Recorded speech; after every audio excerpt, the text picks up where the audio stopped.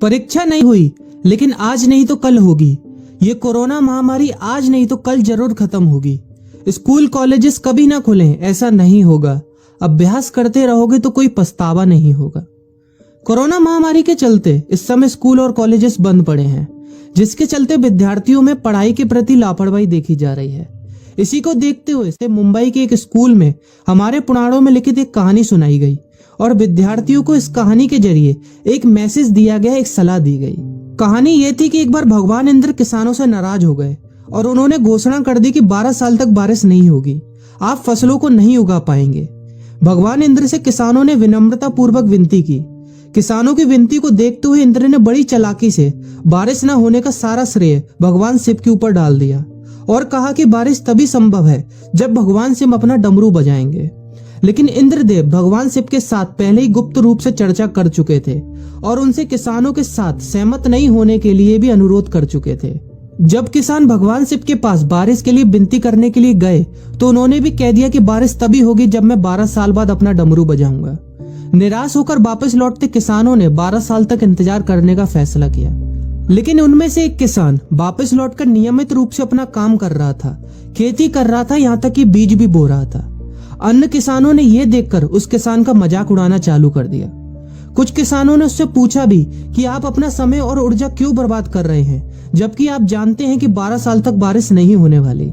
उस किसान ने जवाब दिया कि मुझे पता है कि बारिश के बिना मेरी फसल नहीं आएगी, लेकिन मैं ये सब केवल अभ्यास के रूप में कर रहा हूँ। 12 साल बाद मैं फसलों को उगाने और खेतों में काम करने की प्रतिक्रिया को भूल जाऊंगा।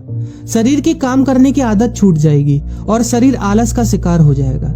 इसलिए मैं अभ्यास करता रहता हूँ कि जब 12 साल बाद बारिश होगी तो मुझे काम करने में मुश्किल नहीं होगी। जब इस किसान की ये बात पार्वती जी को पता चली तो उन्होंने भी चिंतित होकर शिव जी से कहा, आप भी 12 साल बाद डमरू बजाना भूल सकते हैं। यह सुनकर भगवान शिव भी चिंतित हो गए, इसलिए कहीं वो डमरू बजाना भूल तो नहीं गए, इसकी जांच करने की सोची और अपना डमरू उठाकर बजाने की कोशिश करने लगे।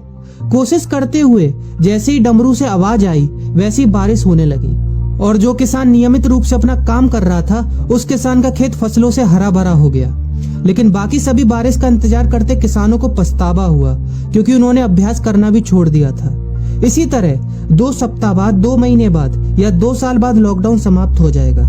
कोरोना महामारी भी खत्म हो जाएगी। इसे घूरने या इस महामारी के खत्म होने तक का इंतजार करने से बेहतर है कि आप जिस कक्षा में हैं या जिस अगली कक्षा में जाने वाले हैं उसका अध्ययन करें। पुस्तकों का अध्ययन करके अपने कौशल को तेज करें। आपके पास जो ज्ञान है उसे और बढ़ाएं। इस समय का इस्तेमाल करें और ये सोचें कि आप और भी बेहतर कैसे कर सकते हैं, क्योंकि डमरू कभी भी बच सकता है। इसलिए अभ्यास करते रहें। अभ्यास ही गुणवत्ता का सार है। अभ्यास ही है जो आपको किसी भी क्षेत्र में पूर्ण बनाता है।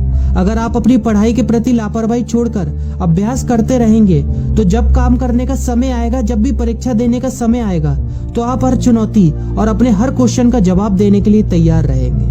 अपना ध्यान रखें और अपनों का ख्याल रखें, क्योंकि कोरोना भी गया नहीं है। घर पर ही रहने की कोशिश करें ताकि आप भी और अन्य भी सुरक्षित रहें और नियमित रूप से अभ्यास करते रहें, क्योंकि डमरू कभी भी बच सकता है।